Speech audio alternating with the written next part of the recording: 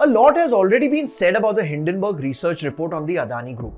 But for those of you who think that the only repercussions the Adani Group will face is a decline in its share price and that they're too big to investigate or take any serious action against, you're wrong. See, a revelation of this magnitude has far-reaching impacts. SEBI and other investigative agencies have to take action. The reputation of the Indian stock market is at stake here. If they don't, foreign institutional investors or FIIs won't take India seriously, and we might see them pulling their money out of India pretty soon. Our new SEBI chief, Ms. Madhabi Puri Butch, in fact, summoned Mr. Gautam Adani twice in October last year. Of course, at that time, we could only wonder why. But she's known to be a tough taskmaster who's taken investor protection pretty seriously since she was appointed as SEBI chairperson in Feb of 2022. And even institutions seem to have lost faith and are selling their Adani shares in the last few days. How do I know this? Because who else will sell his shares? One of the accusations is that most of his shares are controlled by his group only. Barely any retail investor hold his shares. So the only others who can possibly sell any meaningful amount are domestic institutions like LIC and banks. So join me for today's video where I take you through what I find to be the most interesting parts of this report, what its possible implications might be, and what I find suspicious about it. And guys, if you enjoy such videos, please be sure to hit that like and subscribe button for more such financial content.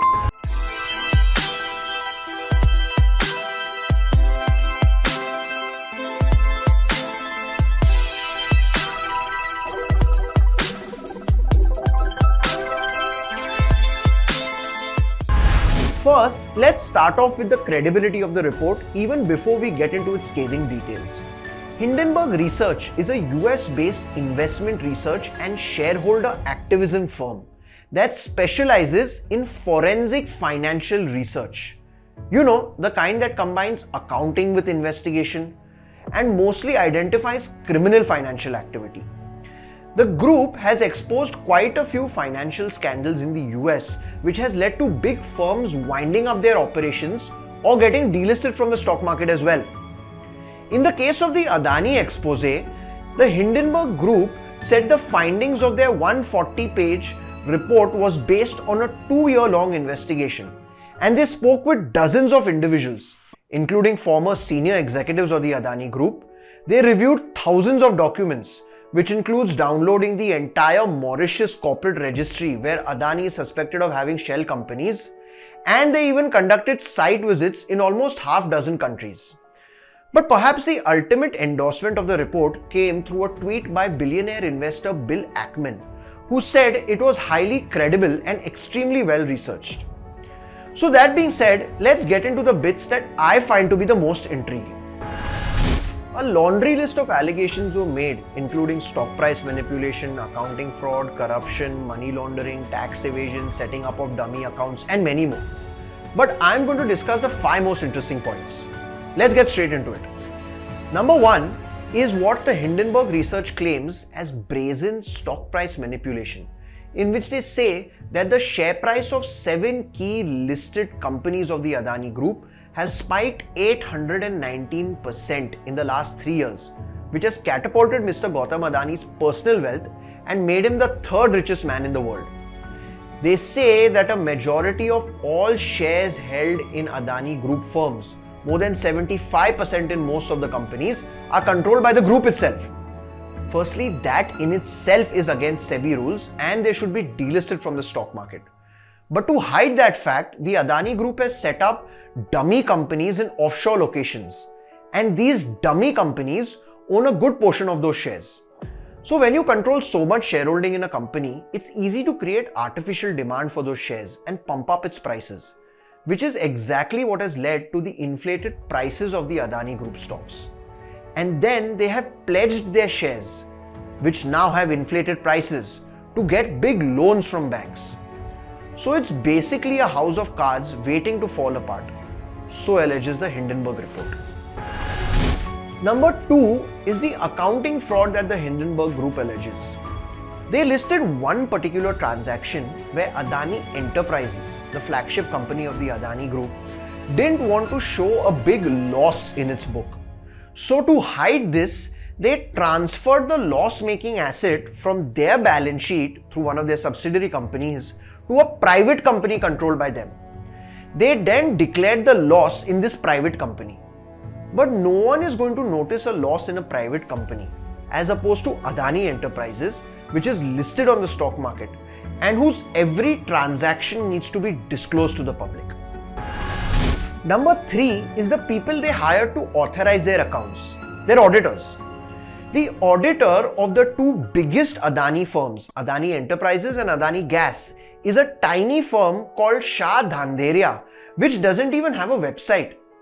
This audit firm has 4 partners with 11 employees and pays just 32,000 rupees as monthly rent for their office. Further, their partners who actually signed the financial statements were as young as 23 and 24 years old when they began approving these audits. And mind you, we're talking about companies that have lakhs of employees, do thousands of crores worth of business all over the world. I have also personally done many audits when I was a chartered accountant, and I know exactly how much time, effort and manpower it takes for big and small firms. Number 4 are the crimes his immediate family members have committed and the outright shady people they're associated with. For instance, Gautam Adani's younger brother, Rajesh Adani, who was arrested twice for forgery and tax fraud, and his brother-in-law Samir Vora were both involved in a diamond trading scam involving offshore dummy companies used to generate artificial turnover. Basically the same thing Nirav Modi and Mehul Choksi are accused of. They both now hold leadership positions in Adani Group. Then Mr. Gautam Adani's elder brother, Vinod Adani, manages a network of offshore dummy companies in Cyprus, UAE, Singapore and several Caribbean islands which have no signs of operations. No employees, no websites, no addresses, no phone numbers, no nothing. Then they have also found links between the Adani family and Dharmesh Doshi, a fugitive accountant who has worked very closely with the ultimate stock market manipulator of probably all time in India, Ketan Parekh. And SEBI in the past has even charged promoters of the Adani Group of artificially manipulating their share prices with Ketan Parekh's help. Vinod Adani's daughter is said to be married to the son of a fugitive diamond merchant. Number 5 is the money laundering the Adani Group has done over the years through the very same network of dummy companies mentioned. They have moved billions of dollars in and out of their listed companies without disclosing it to the authorities. They have also moved money from private companies onto the balance sheet of their listed companies to maintain an appearance of financial health and solvency. The way they do it, they move money from offshore dummy companies to their private companies in India, so it's relatively undetected, and then their private companies transfer the money to their listed companies in India. So these were some of the major allegations, and there are more of course.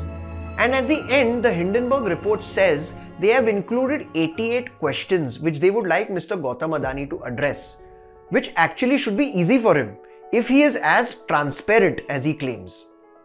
But all this aside, just to present you both sides of the story, the Hindenburg Group, after making this report public, said that they now hold short positions in the Adani Group, which basically means they will make money if Adani shares go down. Now, I think this is a bit of a conflict of interest here. If they're genuinely an organization that stands for shareholder activism, why are they looking to make money off such a revelation? Such campaigns are actually disruptive for companies, and probably the right way to do it, if you're genuinely concerned about the well-being of the company, is to positively engage with the management and work towards bringing about a change. Short sellers are generally not held in high regard by stock markets world over, and are in fact investigated quite a bit for their motives, because their objectives are contradictory to the interest of investors, as they make money when shares go down. And also, the timing of the report can be questioned. Was it intentionally released on the day when Adani Enterprises was looking to raise money through a follow-on public offer?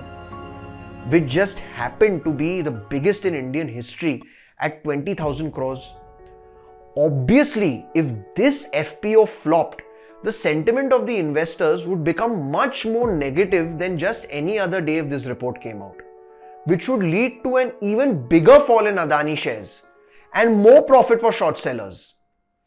While there have been other exposés as well in the past, like that of India Bulls in 2019, when BJP leader Subramaniam Swamy accused them of misappropriating funds worth 1 lakh crores, and DHFL, which was exposed in a sting operation again in 2019 for defrauding investors worth 31,000 crores. This Adani fraud, if proven, will definitely be the most damaging, and not only because of the sheer size of it, but because of the contagion effect it may have on banks and other financial institutions such as LIC, who have bet big on the India's infrastructure story via its most famous poster boy, Mr. Gautam Adani. Thank you.